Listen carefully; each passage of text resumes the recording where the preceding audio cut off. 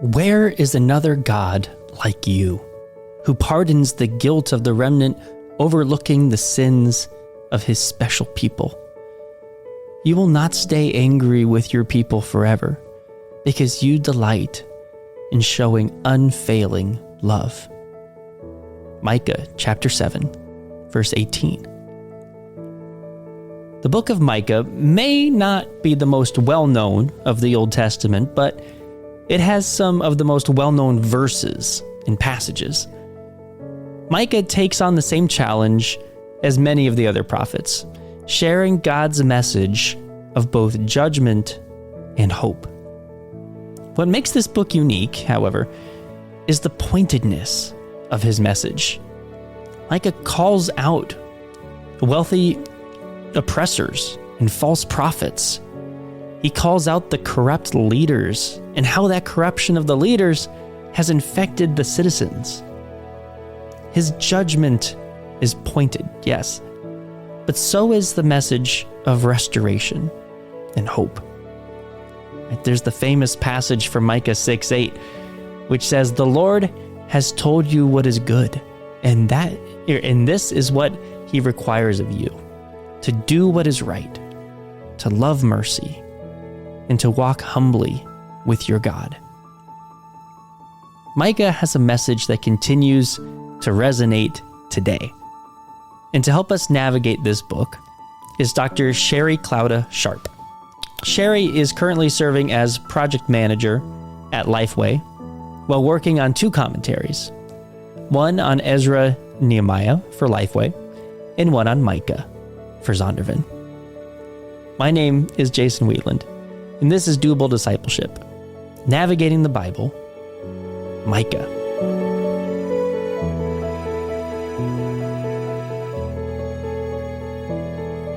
All right, I'm joined today by Sheri Klouda Sharp, who's going to be here to help us navigate this book of Micah. We're pretty much kind of in the middle of our time with the prophets now. We've only got a few more left. And so, Sheri, thanks for being here to help us go through the book of Micah.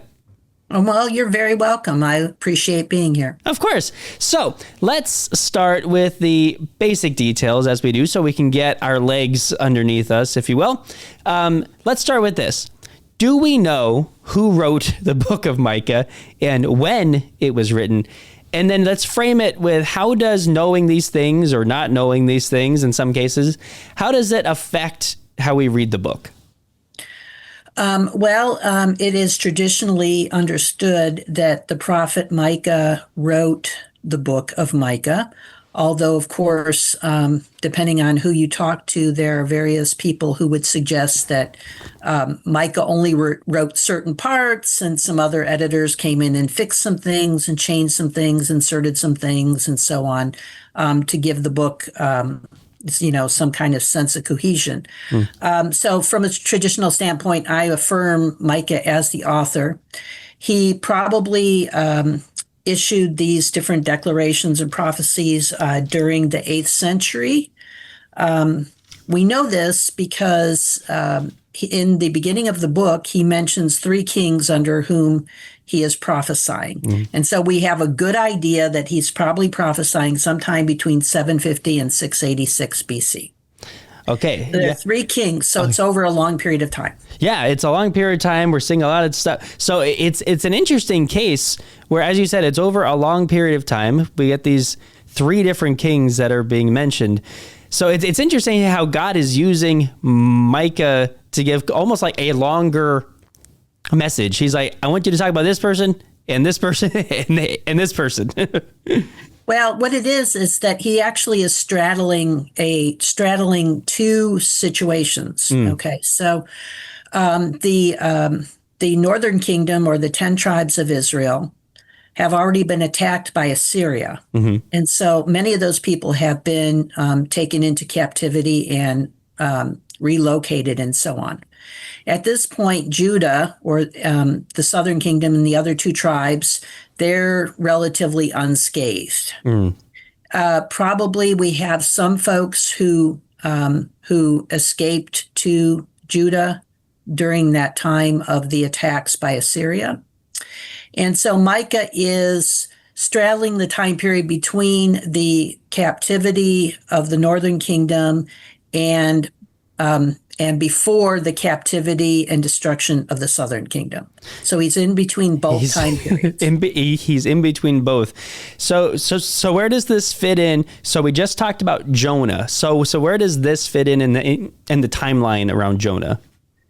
Well, Jonah is immediately preceding the destruction of Nineveh, as we know. But as far as where they place it in the canon, they just place it in the canon. There are different schemes where they place it. But generally speaking, after Amos and Hosea, but before, and perhaps some in the Hebrew Bible, I think it's after Jonah. Gotcha. In the way it's arranged, but the arrangement really doesn't have a lot to do with the historical time period that the prophet is working in. No, it doesn't. It kind of jumps around a bit. And I think that's helpful for the reader to know, especially if you're going through and reading the Old Testament for the first time, because for a while, at the beginning of the Old Testament, you're going somewhat chronologically, you're kind of going through, and then you get to these prophets, and then you go back in time a bit, and then these prophets kind of jump around in time. So and that's why, like a lot of times when I'm trying to teach an overview of the Old Testament, I make a timeline, and then I put where the different books are in the timeline. Yeah, because you get to First and Second Kings, and that covers a whole long period, but then you got to put the prophets in there in between different places and so on. Yep, and that's very helpful for people that are trying to read the Old Testament, and especially the confusion between Israel is 12 tribes, and then when they divide up into 10 and 2, then when you say Israel, well, are you talking about the northern kingdom, or are you talking about all of them? Yep.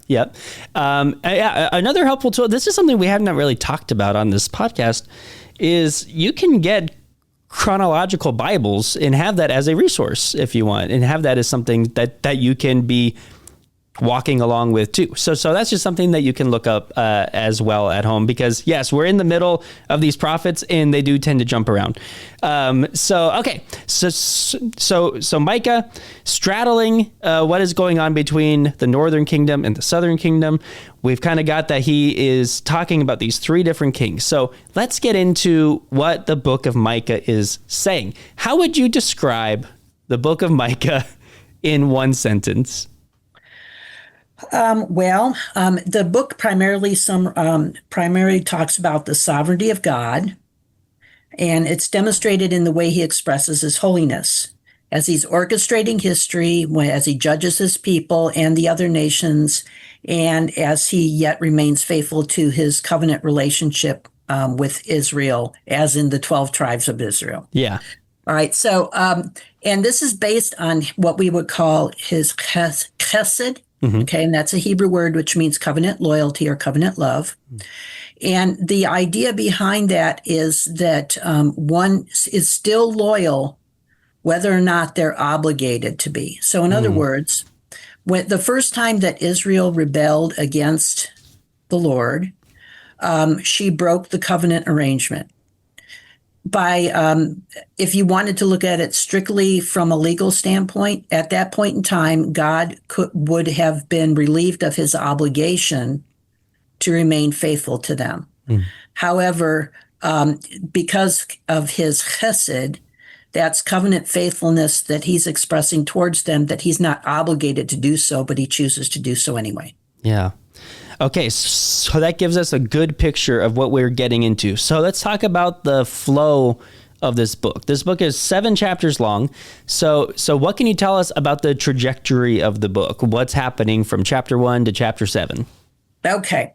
The structure of the book from a big perspective or a larger perspective is a division into 3 cycles.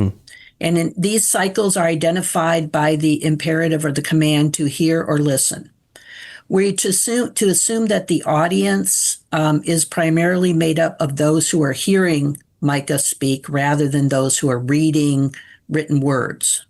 And so anything that he says, there's a sense in which he needs to solidify it in the minds of the people that are listening. In the first chapter, he begins by talking about the presence of the Lord, and he's coming and he's angry. Mm-hmm.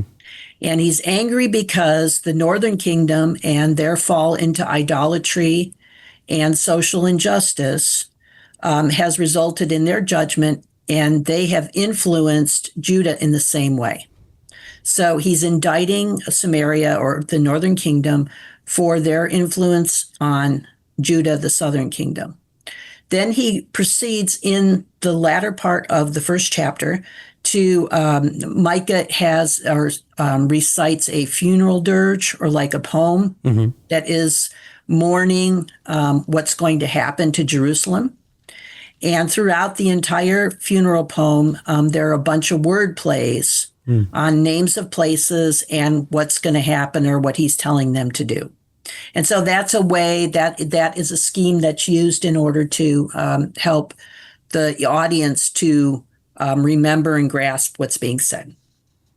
Then in chapter 2, we have a series of indictments, or these judgment speeches where God accuses a group of the things they're doing wrong and then pronounces some kind of judgment on them. So in chapter 2, we start out with the wealthy landowners, and they are in a conspiracy with the government leaders, and they are cheating the people they're cheating the people out of their property and their inheritances. And they're doing this through deceit. After there's an announcement of judgment or reversal on them. In other words, what it says is that those people that are deceitfully acquiring land because they're greedy and through ways that are illegal, or that they will have all of that land taken away from them and given to somebody else. Okay, so it's a reversal of judgment. Yeah. The next part talks about false prophets. Now, some of those false prophets are probably people that have come over from the northern kingdom. So they are influencing the people as well as internal influences. And what they're saying is, don't prophesy or don't tell the people that Judah and Jerusalem are going to be judged for their misbehavior, for their rebellion and so on. But that don't tell them that. Just tell them that things are all going to be fine and that what they're doing is just fine. And so then there's a judgment that's pronounced on the prophets. And they're told that this is not a place where they need to be, and they need to get out of here and they need to leave. Then the chapter 3 starts in again on the leaders and rulers of Israel. It begins with the word listen or hear again. So we're starting a second cycle. In the previous cycle, once we have the pronouncement of judgment on the wealthy landowners and the false prophets who are giving the people a message of peace or telling them something they want to hear rather than what they should be hearing. Yeah. Then we have a little section which is like a salvation oracle or an expression of hope that essentially says, even though all these things are going so badly, once you've gone through your punishment or divine punishment or judgment, that God will enable you to be released, and he will bring you back into your land, or he'll restore you. So then again, like I said, that starts calling out the leaders and those who are rulers in Judah and Jerusalem for the way that they're taking advantage of their people. And then it pronounces a judgment on them in verse 4, moves and talks again about the false prophets, and goes through and talks about how they're misleading the people. And this is the thing. Because Jerusalem is the city where the name of God dwells and where the temple is located, the people were under the mistaken idea that it was untouchable. So no matter how bad they behaved or how much they disobeyed God's laws, he was not going to allow anything bad to happen to Jerusalem. Yeah. And this was the prophecy that the false prophets were, emphasizing or underscoring is, hey, don't worry about it, because God isn't going to allow anything to happen to his own city where his temple is. Yeah. Also, I guess the people have gotten to a point where they have been doing the wrong thing for so long that they no longer recognize the difference between right and wrong. So they don't even realize how badly their moral and ethical behavior has deteriorated. Yeah. So then we get to in chapter 3. After he derides the prophets and tells them they aren't going to be able to do their jobs anymore. They're not going to be able to see any oracles or be able to see any prophecies. Then he moves on to, there's this little statement by Micah, and he interjects, and he essentially is talking about the fact that he has been filled with the Spirit of the Lord to make these pronouncements or declarations of judgment on Israel and Judah. So then we get to the end of chapter 2, and he announces that Zion's going to be destroyed, Zion being another word for Jerusalem, and that they're going to be devastated and it's all going to be destroyed. Keep in mind that Jeremiah, when they were threatening to kill Jeremiah, he said to them, "But don't you remember at the time of Hezekiah, the prophet Micah told you about these things and told you that these things were going to happen?" So the same things, they were accusing Jeremiah of making false prophecies and making claims that were just trying to scare people for no reason. Yeah. And he said, but back in the time of Hezekiah, Micah prophesied these same things. So it's not like this is something that I'm just coming up with out of the blue somewhere. Yeah. We have this section in chapter 4, which is identical. Chapter 4, verses 1 to 5 are identical to chapter 2, 1 to 4 in the book of Isaiah. Talks about an idealized time when a messianic ruler is going to come and there will be worldwide peace in the world, and that people are going to travel to see God, and that he's in some way going to rule and reign over everything. Yeah.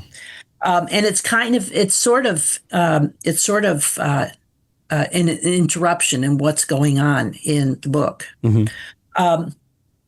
But essentially, I think part of what's going on here is that we're talking about military conflict.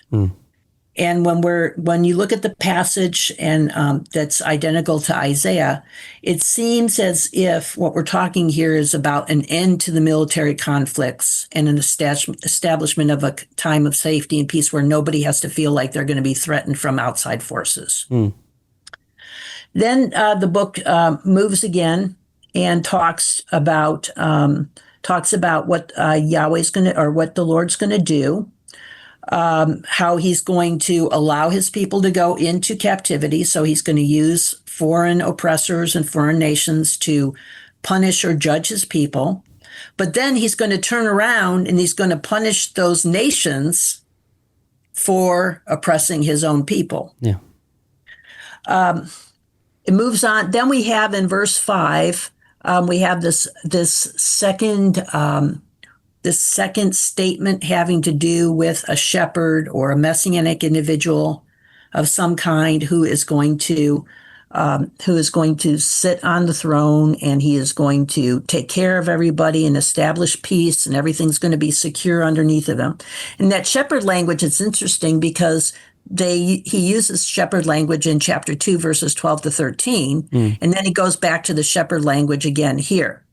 And of course, the importance of this particular part of the chapter is verse 2, which is used again in Matthew 2 to claim that a deliverer is going to come from Bethlehem. Yeah. And so we have that promised of the Messiah coming from Bethlehem, and this passage being used to support Matthew's argument in chapter 2. The book goes on, talks about destruction of Assyria again and victory over her.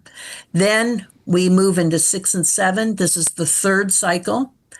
Essentially, it's an extended argument the Lord says, come before me and explain yourselves.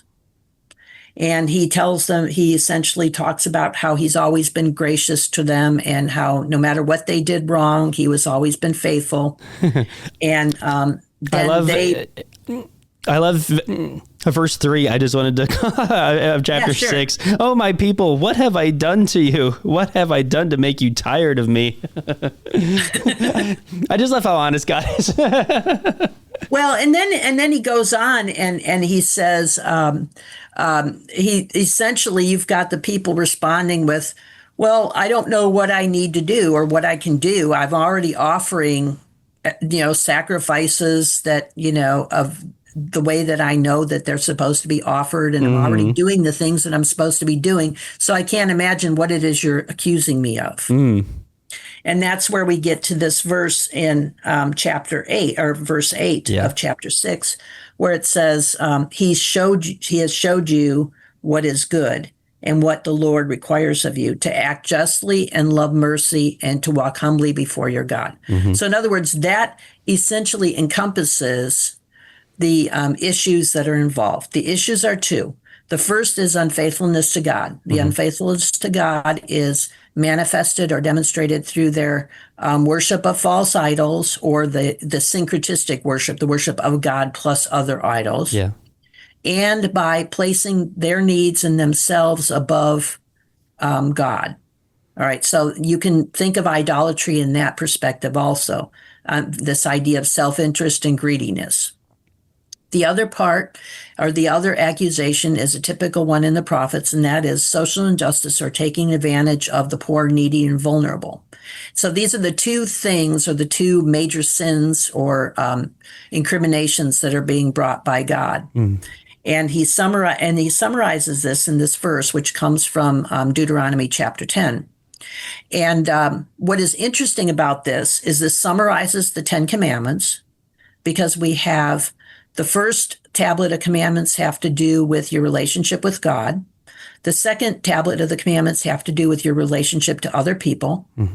And if you violate the first tablet of the commandments, the second tablet of the commandments is going to be is going to be violated as well. In other words, you can't observe one, or you can't follow one, and you can't follow one and not follow the other. Yeah. So how you treat other people represents or reflects what your relationship with God is, and your relationship with God is going to reflect on how you treat other people. And so it's a violation of those two commandments, which ultimately goes then into the golden rule, and which is a summary of the same thing. Yeah. Anyway, he makes some more accusations against them about how deceitful they are. They're trying to cheat one another and trying to take advantage of one another. And as a result, all this that they've stored up or they've gained by being deceitful is all going to be taken away from them and given over to somebody else. Same thing happens in verse 7. What is interesting is that then we have this last part of the book. And the last part of the book is this oracle of hope. Yeah. And so it talks about Israel will be punished, but God is going to free her. And then what's going to happen is the enemy, who has been mocking her and saying, oh, well, this people of God, he's allowing them to go into captivity, and he's allowing all these bad things to happen to them. They're harassing Israel. Well, God's going to turn around and humiliate them and cause them to kind of eat their words, so to speak. And talks about the promises of the people being able to rebuild their city once again and live in the land. We have another shepherd passage that comes up. So third shepherd passage. So there's three of them in the three different cycles, where it talks about leading the people in a place where there's plenty and where they're provided for, and that there will be all these wonderful things that happen when God delivers his people. The nations are going to be punished. and they're going to be embarrassed, and they're going to be afraid of God and afraid of his wrath. Yeah. And then we have this final part that closes out the book. It's this hymn. And what it is it's a summary of the divine attributary formula that's in Exodus 34, verses 6-7. And it talks about the character of God. And the character of God, it quotes that passage, and it talks about God as being one that pardons and forgives sin, and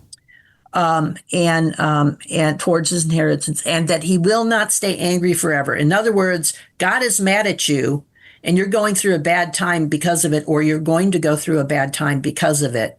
But his anger is not going to last forever, because he is faithful to you, because of his covenant love or his covenant loyalty. He will show mercy. He'll have compassion on you, and he will turn things around for you, and you'll be restored back into relationship with him. Yeah. So. Yeah, and that tends to be what we see from any time that God is making these accusations, these claims of judgment against Israel. It's always with this future hope. It's always with, but I'm still faithful. Like, there are consequences for your actions, but I still love you. I will continue to be faithful to you. There is still hope. I'm on a longer timeline than you might think, are. And so I can see the future. Like, I can see how our relationship will be restored, but right now it's broken, and there's going to be judgment because of all these dishonest things, because your lack of faithfulness, because all those things that we have talked about earlier, from all these accusation points that God lays out the case against Israel. Well, the problem is that the leaders and what they're doing, the leaders, the wealthy landowners, the judges who are being bribed, the prophets, the priests who are not doing what they're supposed to be doing. Nobody is doing what they're supposed to be doing. Yeah. And so if the leadership doesn't do what it's supposed to do, then the people are going to follow them, are going to do what they're doing. For sure. And so it trickles down, and until they get to the point where they can no longer see what's right and wrong anymore. Yeah. And so there's no time for repentance. It's not like Jonah where, Nineveh repents and God relents for a while, but then of course they're going to go back to the way that they were, and so on. Yep. And that's where these prophets come in and say, guys, you're not doing the things, and God sees, and bad things are going to happen. So let's talk about then the major theme of this book. What would you say is the major theme of the book of Micah? I think the major theme of the book of Micah has to do with what a holy God requires and the privileges of his people. So in other words, God's holiness demands punishment for sin. So that he can't just let his people keep rebelling, keep sinning, keep taking advantage of one another, and so on. He can't just let that go on forever, because, essentially that sullies his reputation. Mm-hmm. He can't let that go on, but his covenant love guarantees that once that time of chastisement or discipline is over, that he will restore him back to him. He will restore them back to himself. Yeah. That's the major theme. Yeah. And all of this is the part of the larger purposes and plans of God. Yeah. And that's part of that beauty that we see from Micah 6:8, which is such a famous passage, a famous verse, but it's ironic timing. I was watching this thing on Instagram yesterday, and it was talking about that verse. It was talking about Micah 6:8. And it was talking about how so many times when we read it for, the first part, which is, to do what is right, to love mercy, to walk humbly. And a lot of people, when they quote the verse, they leave out the with your God part of that verse. And that's really the most important part of the verse, is doing it with or before God. God, it's about that relationship, and what overflows, that outpour of your relationship with God will result in doing what is right, to love mercy, to walk humbly. Well, that's just it. You cannot do part of it without doing all of it. Like what we were talking about earlier. Exactly right. So anyway, just a little side note on that verse, because it does really capture that theme of God saying, this is what I want you to do. And it's pretty simple, and yet we go a wayward, and we forget to walk with God. And when that happens, it affects all these other areas. You start to cheat. You start to, all of what he says in the rest of chapter 6. What about the disgusting practice of measuring out grain with dishonest measures? Again, I love how to the point he is. Okay, so what does the book of Micah teach us about God? I think it teaches us quite a bit, and we've covered some of it, but let's make it a clear little box here about what does the book of Micah teach us about God? Okay. First, that God is long suffering, but he'll only put up with evil for so long. Yeah. God oftentimes chastises, punishes, or causes some kind of consequences for his people in order to restore them back to a relationship with him. So it's not just superfluous. It's not just something that he's just doing on a whim for no reason. But when he does that, the goal or the purpose is to restore those people to a right relationship with him. He can't let his people destroy themselves by virtue of their moral and ethical degeneration. He has to act. He has to chastise them. However, he also loves them very much. Mm-hmm. And just like a parent loves children, there are many times when parents have to discipline their children, and they're not doing it because they want to be mean, and they're not doing it just for no reason, but they're doing it because they want to raise their children right. Yeah. And similarly, as God the Father is a father of his children, so also he has to discipline them, but he also loves them and cares deeply for them. And his goal is to restore them in a right relationship with him. Yeah. God is merciful, he's compassionate, and he is faithful. And I think that's the most important thing, is that he's faithful and he's in control of all the events of history. The trajectory of history and all that is going on is under his control and fits into his purposes and plans. Yeah. In this book is, as we've said, or as you had mentioned, it has these 3 cycles that are to it. And each cycle does seem to end with that message of hope. And that's where we've seen that throughout our conversations on the prophets. Most of the time we have a lot of judgment, a lot of hard things, and then the book ends with this message of hope. Here, because of the way that the cycles are put together through this book, we get that 3 times. So it's kind of nice having these little interludes, right? We have the end of chapter 2.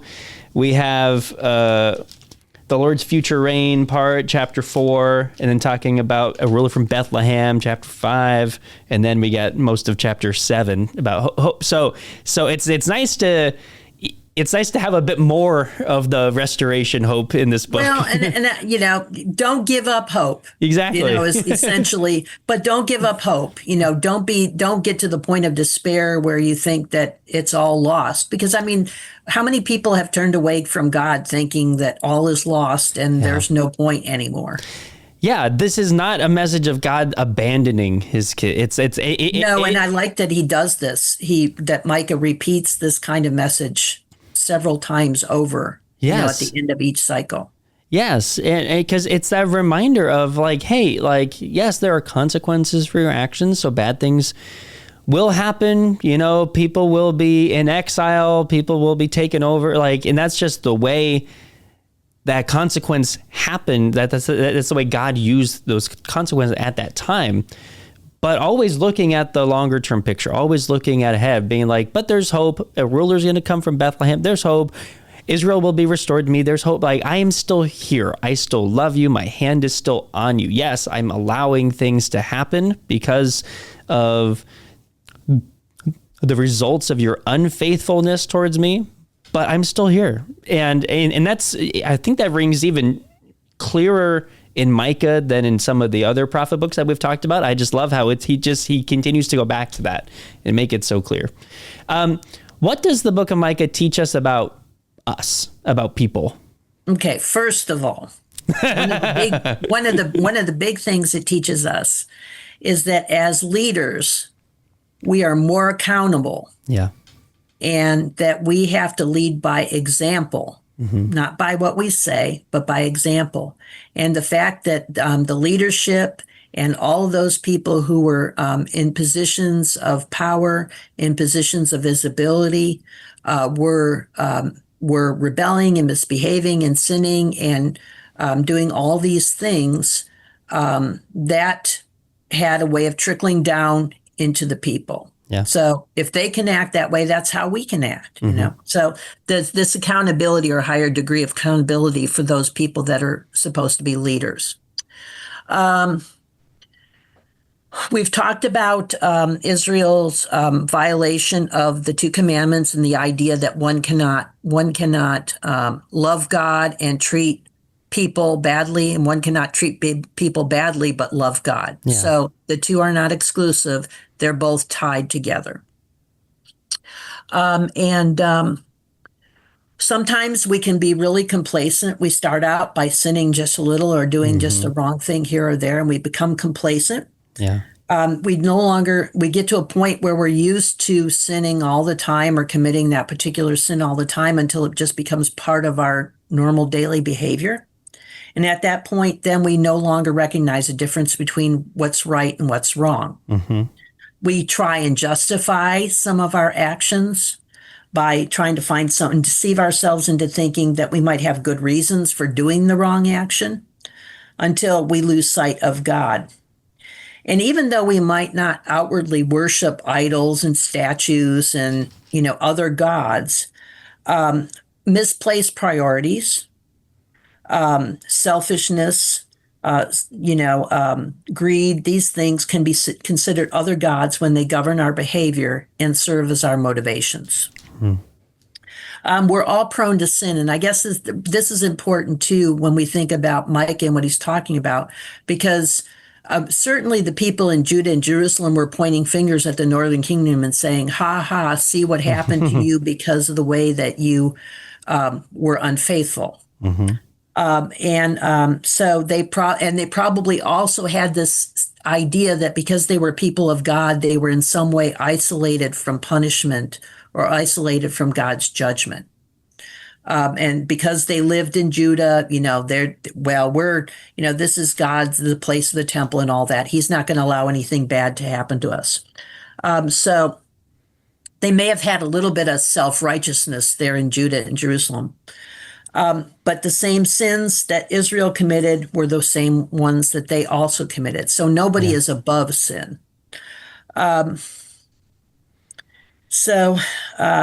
We as believers, we can't just keep rebelling against God and expect not to suffer the consequences of that rebellion.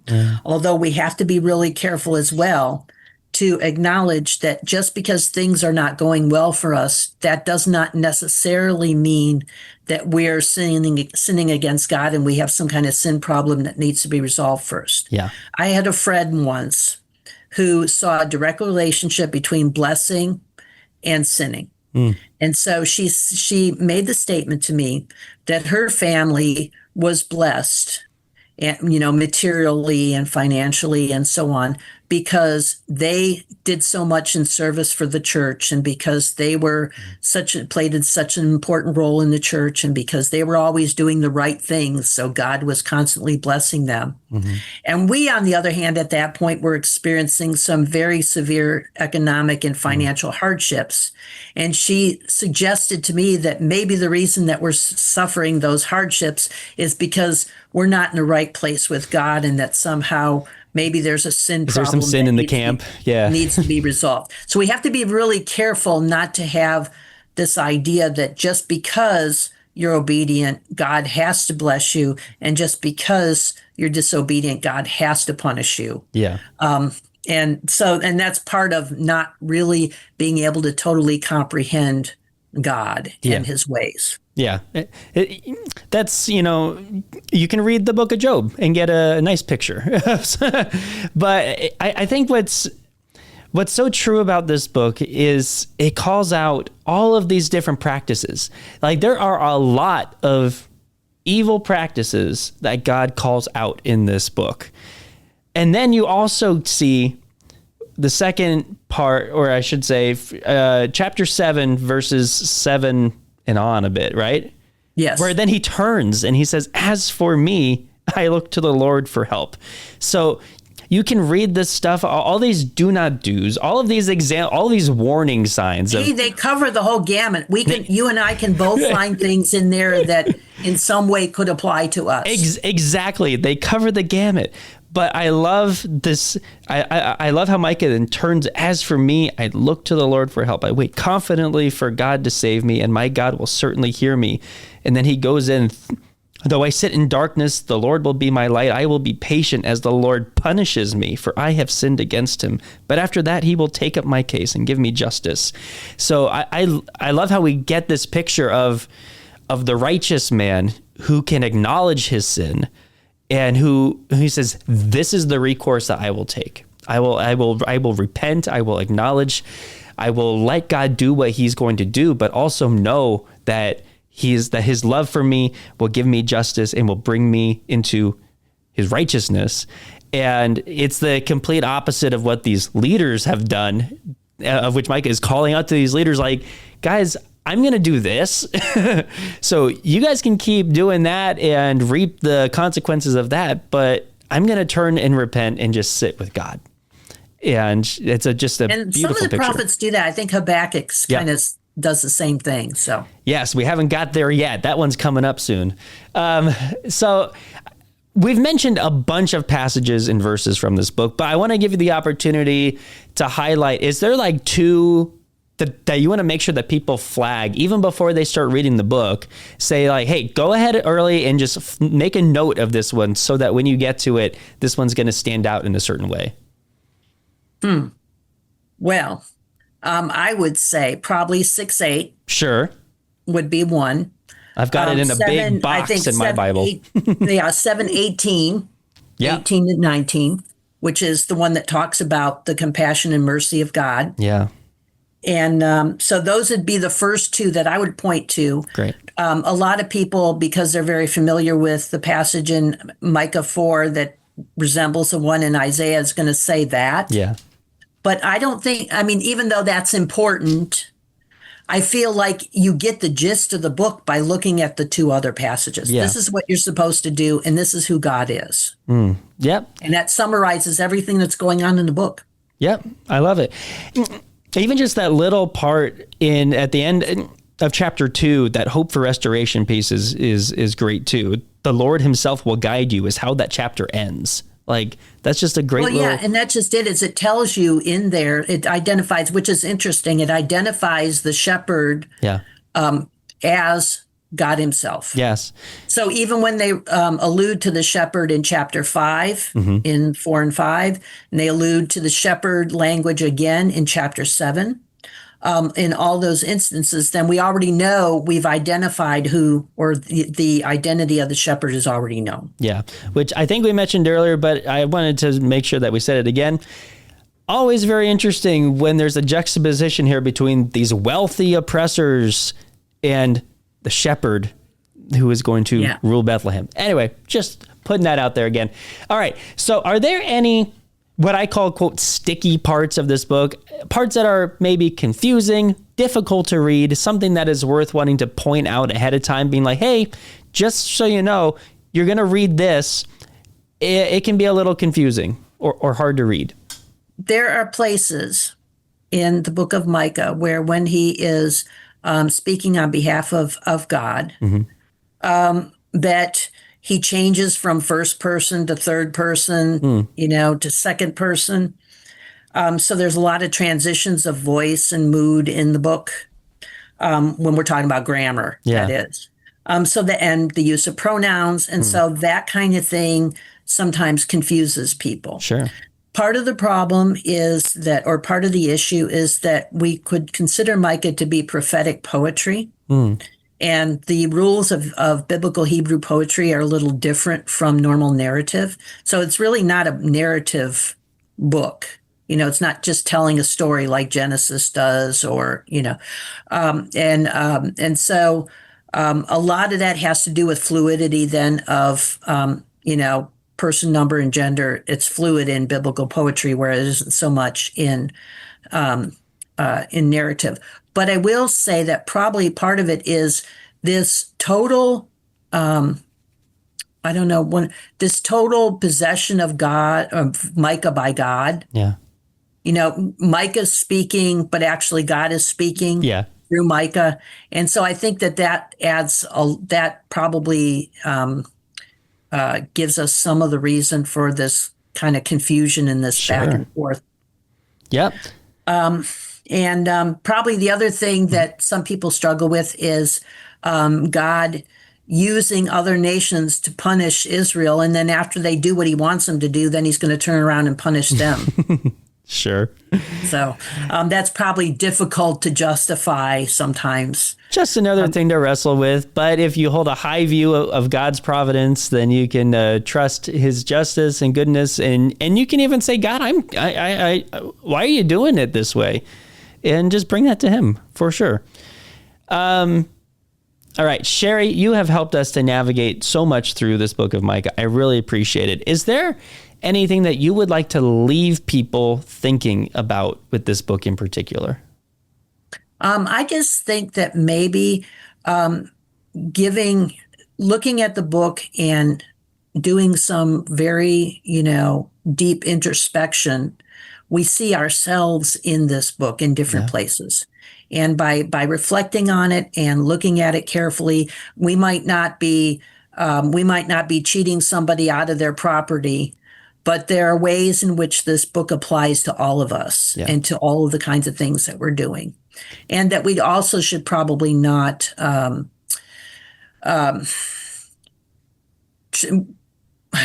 we can understand that sometimes the reason things are not going well is because we are out of our relationship with God, but also that not every time things are not going well.